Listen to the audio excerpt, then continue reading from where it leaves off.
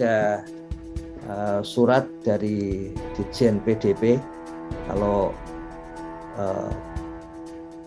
tahun lalu itu berbarengan, ya. Tahun ini surat dari Ditjen PDP lebih dahulu. Kalau tahun lalu kan namanya pemutakhiran IDM berbasis edisi desa. Itu sebetulnya ide dari Gus Halim sendiri.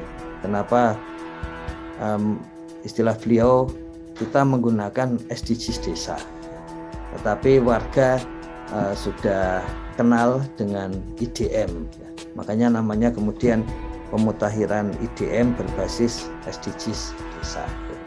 Kalau sekarang sudah muncul di surat tersebut, maka itu sepenuhnya pemutakhiran dari IDM di 2022, ya.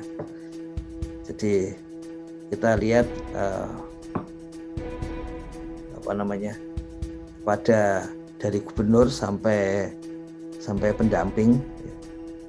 Kemudian disampaikan di awal memang yang peran yang dikuatkan di dalam IDM itu adalah sebagai dasar untuk pengalokasian dana desa.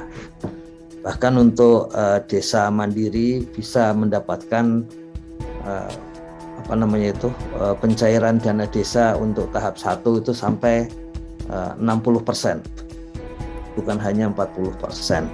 Kemudian disampaikan di sini bahwa dimulai tanggal 1 Maret sampai 30 Juni, ya. Jadi sebetulnya ini sudah sangat mudah karena sudah sangat familiar gitu bagi desa. Dan kalau menurut kami segera selesaikan saja, karena ini tidak setelah mengalami pengumpulan data SDG desa, maka memutakhirkan IDM jadi terasa tidak sulit lagi, ya. Kami masih ingat di akhir tahun 2017 ketika ada diskusi awal waktu itu, dan kemudian di akhir 2017 itu karena ada yang mencoret, kita tutup dulu karena ada yang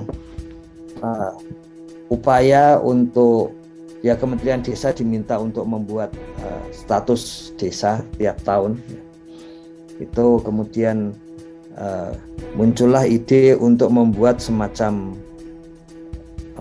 PODES, potensi desa, melalui jalur pendamping, ya.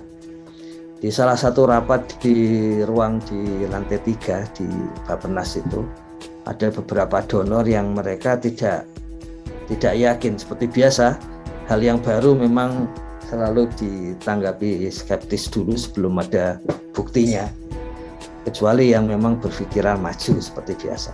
Jadi apa mungkin, dan yang kedua, apakah bisa dicek validasinya, bagaimana cara cara mendata dan sebagainya. Sebetulnya tidak terlalu sulit karena potensi desa sendiri sudah muncul sejak paling tidak itu ada di tahun 1995, ya.